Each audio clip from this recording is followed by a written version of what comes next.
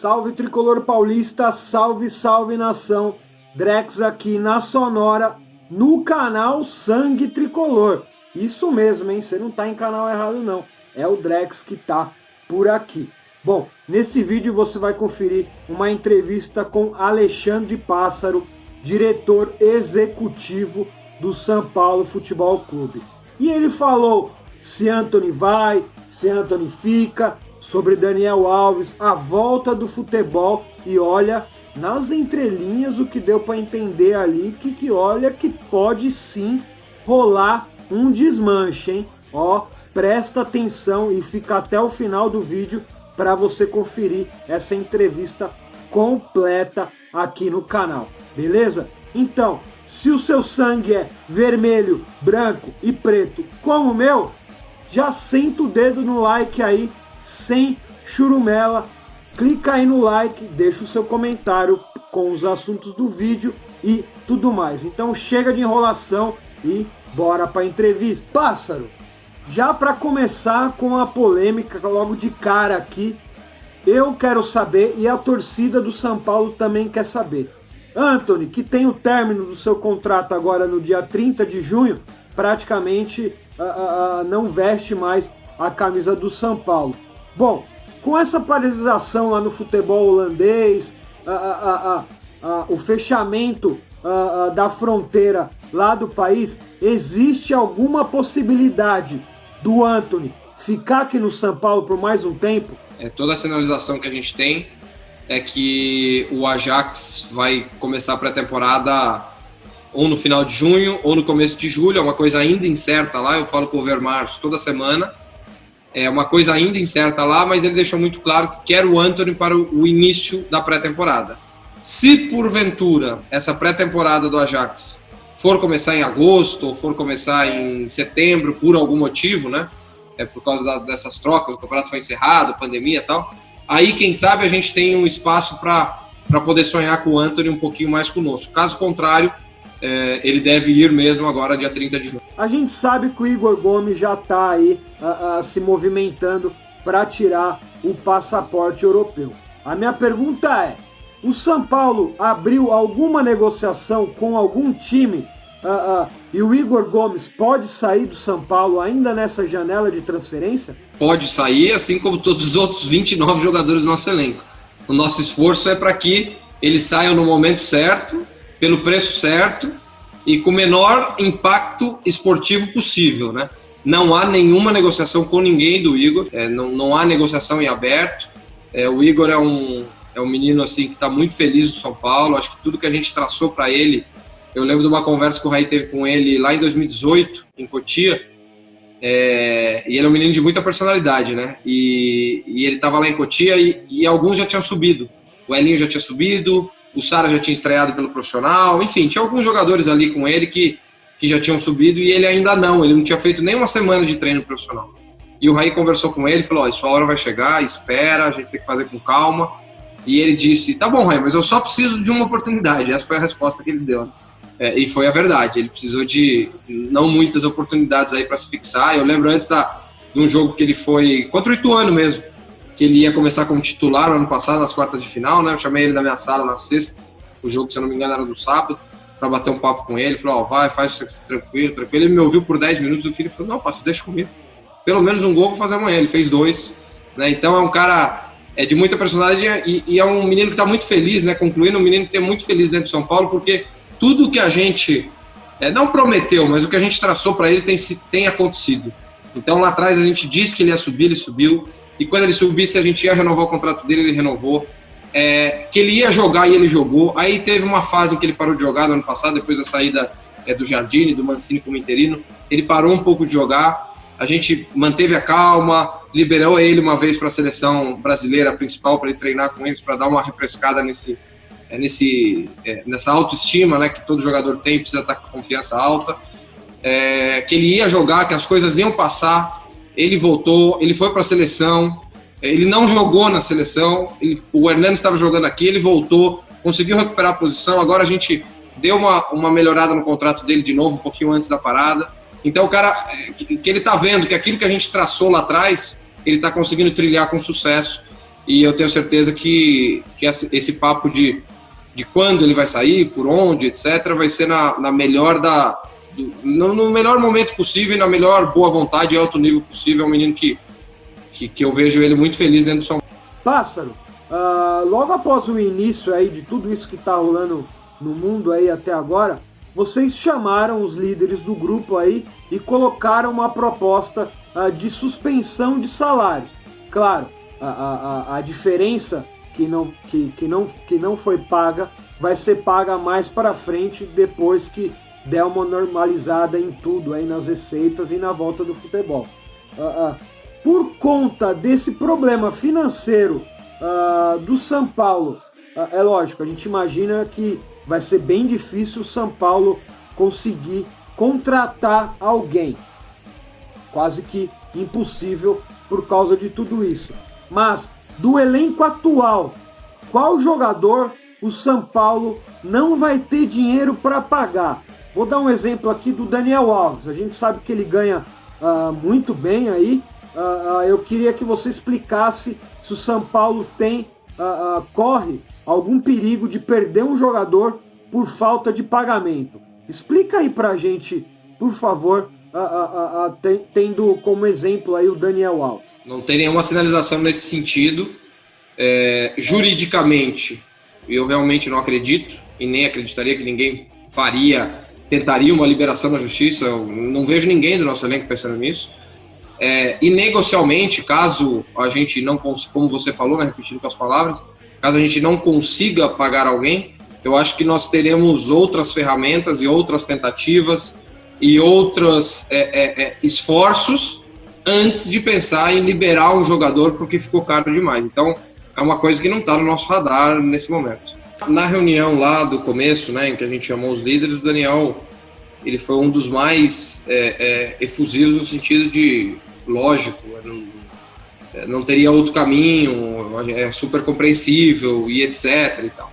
Sobre a questão dos pagamentos, dos bônus e etc., o Daniel também tem sido muito compreensível e a gente também tem feito um esforço muito grande para que a gente honre isso com o menor desgaste possível ou com o menor atraso possível, enfim, a palavra que a gente quiser usar. Por quê? Porque o que aconteceu? Todos os jogadores do São Paulo, quase todos, recebem direito de imagem, né?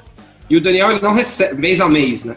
E o Daniel, ele não recebe direito de imagem mês a mês, ele acumula e a gente paga semestralmente. E na negociação, lá atrás, né, quando ele chegou em agosto, e a gente já estava com o orçamento bem, enfim, apertado, com pouca margem, etc., foi combinado com ele que, olha, ou você paga, por exemplo, 6 meses, ou você paga e espera 6 meses, ou você espera 6 meses e paga no final. E essa segunda proposta foi a que a gente fez para ele, e ele lá no começo, com muita boa vontade, aceitou, né, e disse, não tem problema, se o São Paulo pode me pagar daqui, não eram nem 6 meses, porque talvez era agosto, enfim, era quase 10, né, se o São Paulo pode me pagar primeiro daqui 10 meses, não tem problema, né, e então a gente tem feito esse esforço para honrar e estar em dia com ele, porque isso foi o combinado, esse pagamento, ele se refere ao período daqui para trás, não daqui para frente, mas o Daniel tem sido muito compreensivo enfim, com toda essa turbulência que a gente está vivendo,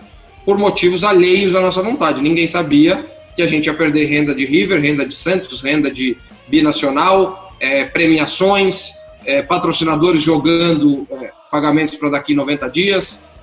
A gente não sabia e não tinha como preparar. Isso não foi incompetência, foi um inesperado que aconteceu e que está todo mundo no mundo sofrendo com esses efeitos. O que a gente tem feito na busca por esses parceiros, né? E tem uma empresa especializada atrás desses parceiros que a gente contratou, tem o próprio marketing do São Paulo, né? A gente também quer projetos que façam sentido com o nosso. Tem muito tipo de projeto que apareceu, projetos curtos, projetos que o Daniel também não aceitaria fazer porque não tinha muito a ver com ele. O que a gente tem tentado são projetos que acompanham o contrato dele, projetos que vão pelo menos até a Copa de 2022.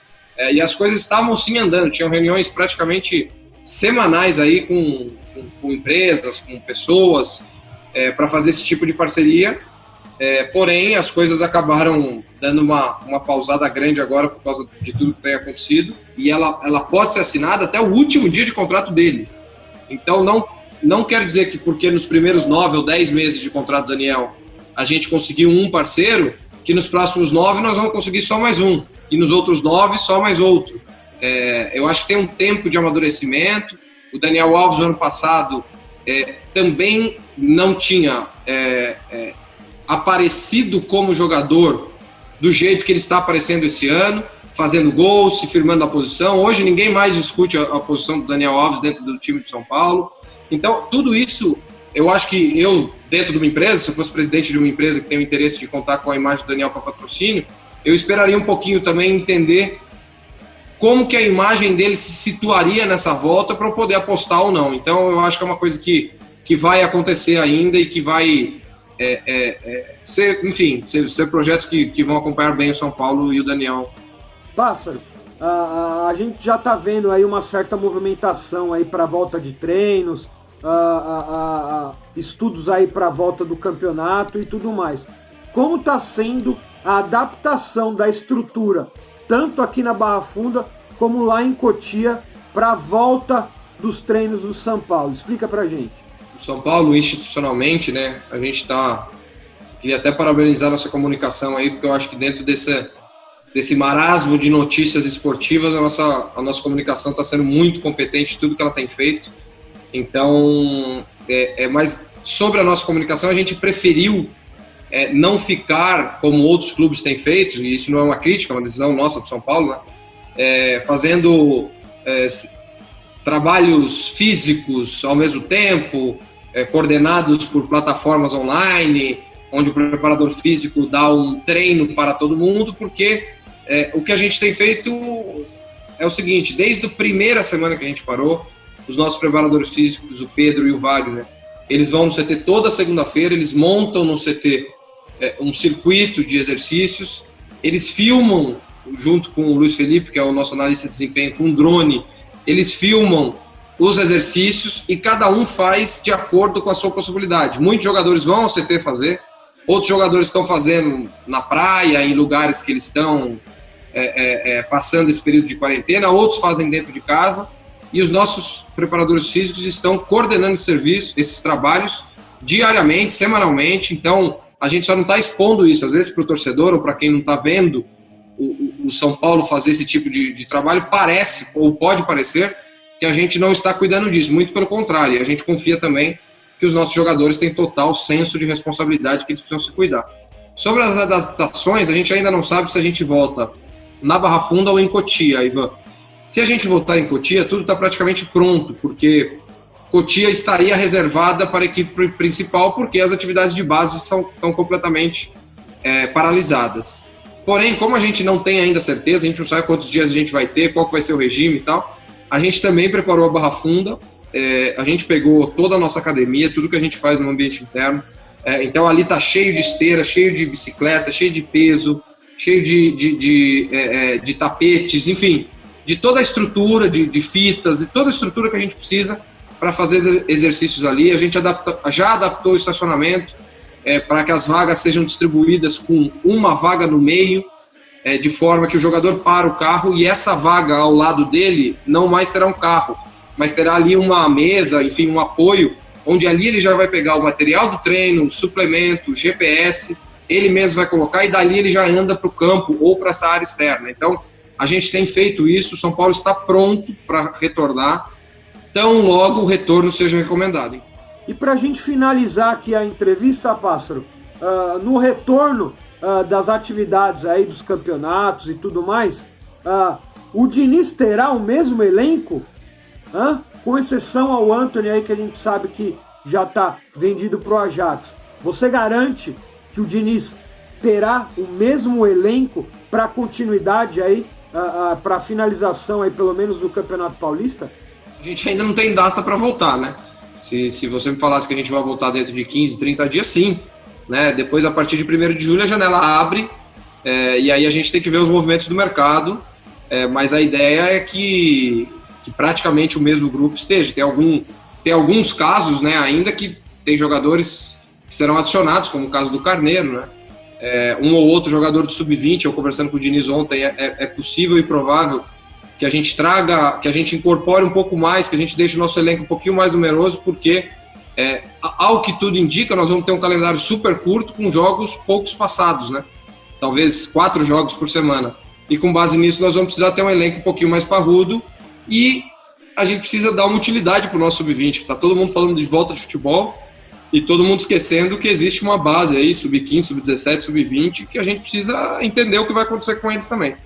Então, a certeza que eu posso dar, a estrutura, a espinha dorsal e a base do elenco de São Paulo não vai ser mudada. Tá aí a entrevista, hein, pessoal? Olha, vai dar polêmica aí, coisas aí nas entrelinhas que, se você perceber bem, pode ser que sim, pode ser que não. Olha, se chegar com uma grana, não vai ter conversa, vai levar quem quiser. Isso por causa da situação financeira do clube, né? E aí, nação, deixa a sua opinião aí sobre os assuntos aí que foi falado na entrevista, nos comentários, e também o que você acha do trabalho até agora do Alexandre Pássaro à frente da direção executiva do nosso tricolor. E para finalizar, deixa aquele like bacana, os seus comentários, lógico, e compartilhe. Compartilhe aí com a galera nos grupos do WhatsApp, Facebook e tudo mais, porque olha, importantíssima essa entrevista do Alexandre Pássaro, beleza? E eu vou deixar aqui, ó, se liga nesse vídeo aqui, ó. Quer ganhar uma camisa oficial do São Paulo? Clica nesse vídeo aqui que você vai saber como você pode ganhar essa camisa só assistindo os vídeos. Olha só que beleza, hein? Que presentão, hein? Então é isso. Um salve para a rapaziada e um beijo para as meninas. Lembrando que hoje e sempre será o sangue vermelho, branco e preto. Tamo junto, é nóis.